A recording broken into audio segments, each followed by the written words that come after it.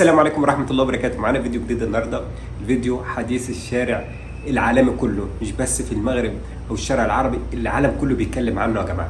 تعالوا مع بعض نشاهد الفيديو عشان نلاقي ردة فعل قوية جوه الفيديو واخر الفيديو بإذن الله. أحوالك؟ الحمد لله. كيف أحوال المغرب؟ والله الحمد. ناشد، أنت من وين من المغرب؟ من كازا البيضاء. كازا الدار البيضاء. قديش عمرك اليوم؟ 28. 28؟ 28 سنة. إبراهيم، يعني بعتقد إنه هالقصة رح تأثر فيكم. إبراهيم يتيم، توفت أمه لما كان عمره 3 سنوات. بعد 3 سنوات اكتشفوا الأطباء إنه في عنده مرض أمه وأبوه أولاد عم. هذا المرض كان توقف النمو عند الطفل. بقى من ذلك الوقت إبراهيم لم ينمو بشكل طبيعي، وكانت تتقدم به السن ولكن حجمه لم ينمو، ولكن عقله نمى وعقله بفكر زي أي شاب بعمر 28. إبراهيم حاب يجي إلى الاستوديو طبعا من خلال مراسلتنا الموجودة في المغرب اللي هي عم تبحث عن قصص.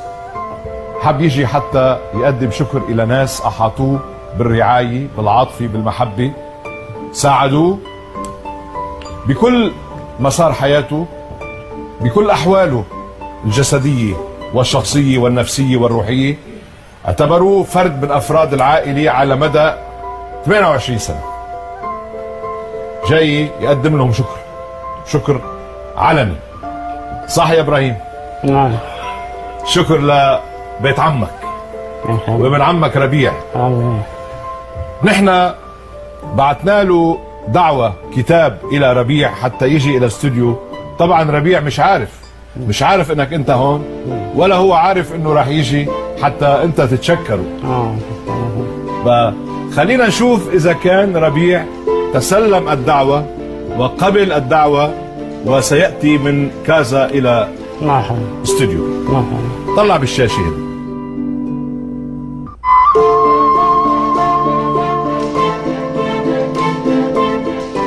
السلام عليكم استاذ جورج. احنا مره اخرى بمدينه الدار البيضاء، والان غنمشيو باش غنقلبوا على البيت ديال ربيع مصدق باش نعطيوه الدعوه ديالو. يلا معايا نشوفوا واش كاين.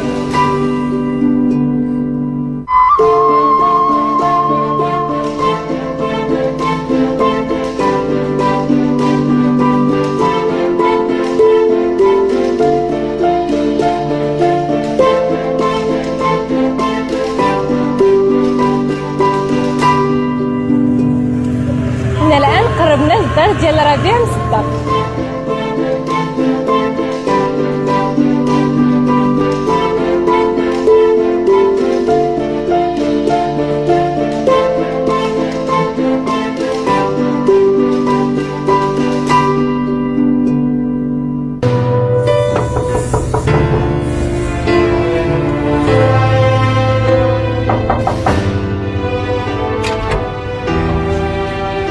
السلام عليكم يا سيدي. السي ربيع مصدق هذا. العمر ديالك 26 سنه. والاب ديالك السي مصطفى مصدق. السي ربيع، حنا عندنا لك واحد الدعوه من عند الاستاذ جورج قرداحي. شنو الدعوه؟ دعوه باش تحضر معاه في البرنامج ديالو. واش قابل الدعوه ديالو يعطى؟ مرحبا ان شاء الله يا سيدي، الله يعاون.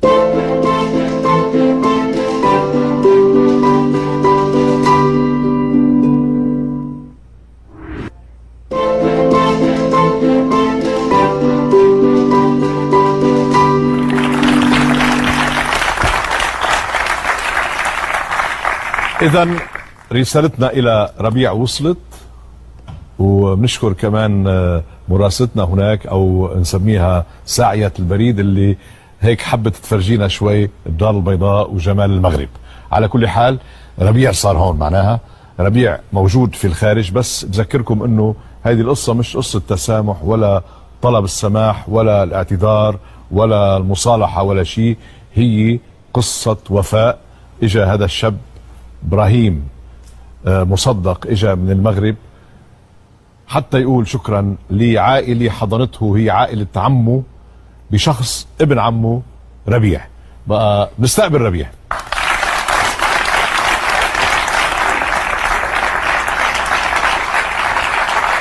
هلا بربيع. ازيك ربيع؟ تفضل تفضل تفضل. كيف اخبارك ربيع؟ أمرك الحمد لله بخير الحمد لله. مالك خايف؟ لا ما خايف. لا في مباحث هنا ولا في شرطة ولا في أمن، في مثل ما شايف الجمهور الحلو ونحن وانت. الحمد لله. ايه اخبار المغرب؟ أمرك الحمد لله بخير. كيف الطقس عندكم حاليا؟ شوية حر؟ بدأ الحر؟ حر شوية. شوية؟ شوية. متزوج؟ لا بعد شو بتشتغل؟ أنا ما بشتغلش. ما بتشتغل؟ شو بتعمل طيب؟ ولا شيء؟ في البيت؟ في البيت قابل واحد الأخ ديالي. عندك أخ ثاني؟ شو بتعمل بالبيت وشو اهتماماتك؟ هيك بتقعد بالبيت؟ اهتماماتي بالأخ ديالي ووالدين ديالي صار. نعم. هو اهتماماتي يعني قابل واحد الأخ ديالي. علي صوتك شوي لأنه مش عم قابل واحد الأخ ديالي. نعم. مريض مقعد. أخ هو؟ أخ. نعم. قابل واحد الأخ ديالي. نعم. مقعد وخص لي يساعد. تهتم فيه أنت دائما؟ دائما بجنب. بجنبه. الله يبارك فيك.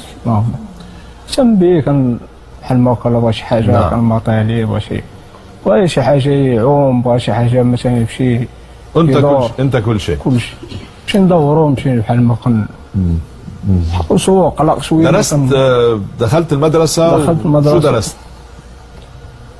درست المدرسة ابتدائية. ثانوية؟ ثانوية ابتدائية. رحت على الجامعة؟ دخلت الجامعة؟ لا الجامعة ما دخلت الجامعة. عندك أصدقاء تخرج بتروح بتجي؟ لا ما في. كرس وقتك لهذا الأخ المقعد. المقعد شو اسمه؟ اسمه إبراهيم. إبراهيم. أنت عارف ليش جاي على الاستوديو؟ جاي قال لي كاين واحد المسابقة ديال برامج مسابقات. وجاي ان شاء الله نشارك في المسابقة ان شاء الله وناوي نأدي. تركت إبراهيم؟ خليته. مين معه؟ خليته في البيت.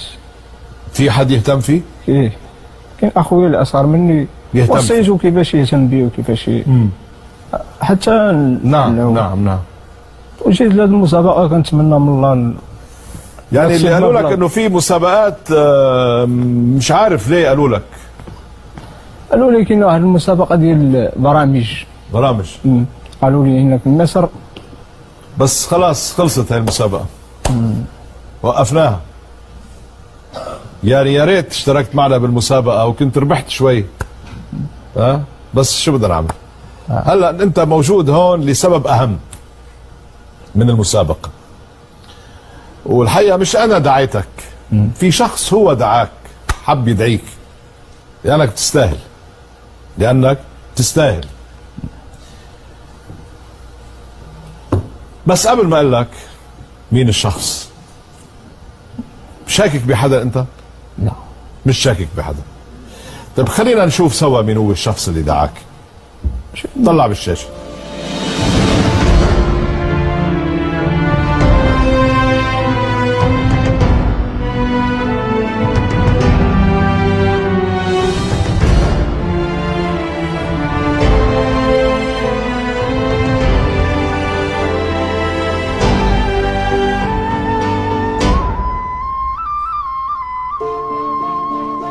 ربوع، انت انسان عظيم، انت بتستاهل كل خير.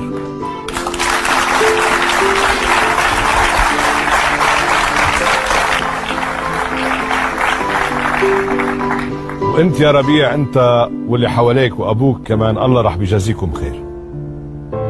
ابراهيم بعت لك جواب شكر، يعني قال لصديقتنا اسماء، هي اللي دونت الرساله اللي حب يعبر فيها عن عواطفه تجاهك تجاه كل العائله، وكلفوني انا اقرا لك اياها. انا ما جيتش اطلب الشكر ديالو، انا جيت لاساس مسابقه. لا انت مش طالب، هو طالب. انت مش طالب، هو اللي جاي يتشكرك، مش قادر يعبر لك بطريقه مختلفه. حب انه من خلال هذا البرنامج ان يعبر لك عن عرفانه بالجميل. شاء الله. راح بقرا لك الرساله، راح بوقف الى جانب ابراهيم. انت خليك هنا وانا بقراها من جانب ابراهيم. ابراهيم هذه رسالتك. نعم. تسمح لي اقراها لربيع؟ مرحبا. بقول لك: ابن عمي العزيز بل اخي الحبيب ربيع، كثيرا ما توقفت امام عباره شهيره هي: رب اخ لم تلده لك امك، مدركا انها عباره حقيقيه وصادقه. فانت لست باخي لكنك اكثر من اخي. صحيح نحن اقارب وانت ابن عمي، لكنني لم اعرف او اقرا او اسمع عن ابن عم فعل معي ما فعلته انت وما فعله عمي العزيز وعائلتك التي هي عائلتي. ومن خلالك اوجه شكري وعرفاني لعمي ولجميع افراد العائله. شو اسمه عمك؟ مصطفى. اخي ربيع اسمه مصطفى.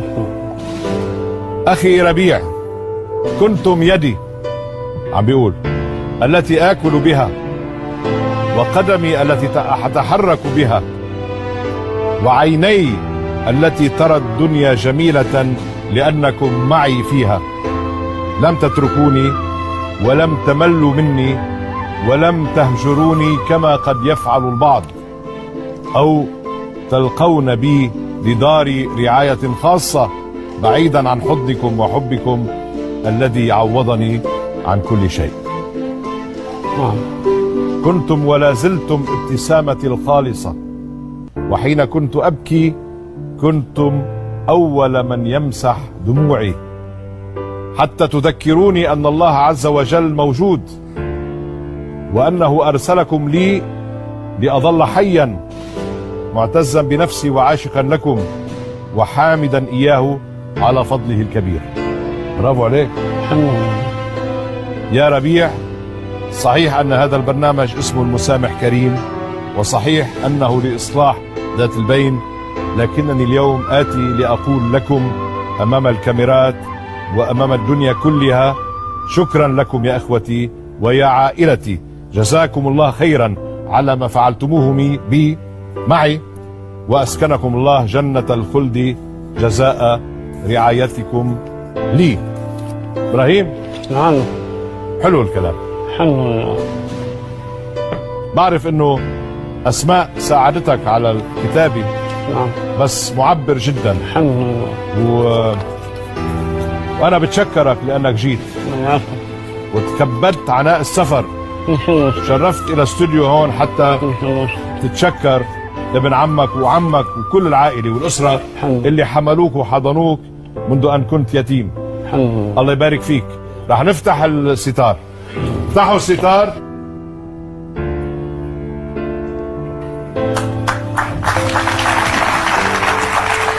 هو موجود هنا. هو موجود هنا.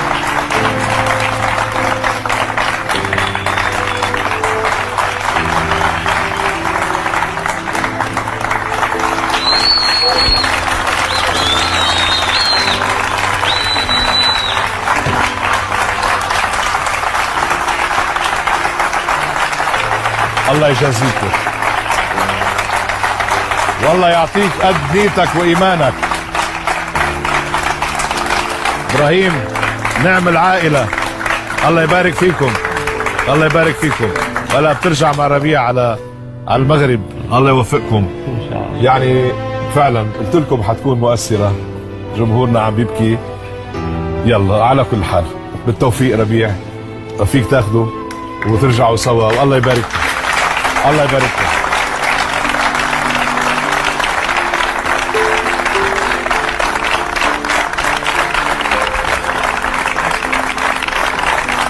والله انا شايف الشباب بجمهورنا عم يبكوا اكثر من السيدات.